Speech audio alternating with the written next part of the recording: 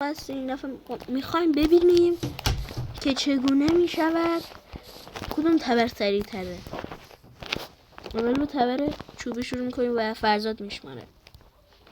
بشمار 1 2 3 4 5 6 7 8 9 10 11 12 13 14 چوب شد 14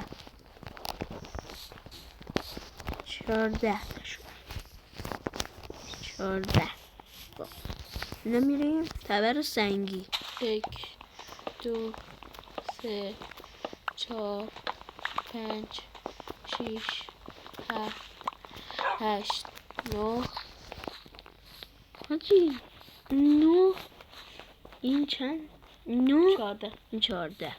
حالا این تبر میسی که تازه اضافه شده 1 2 3 4 5 6 7 8 9 10 11.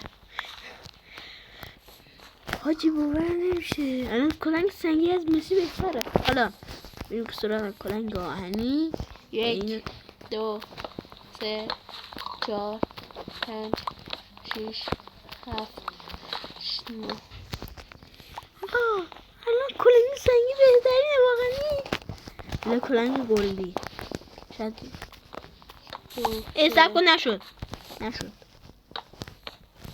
یه بار دیگه 1 2 3 4 5 6 7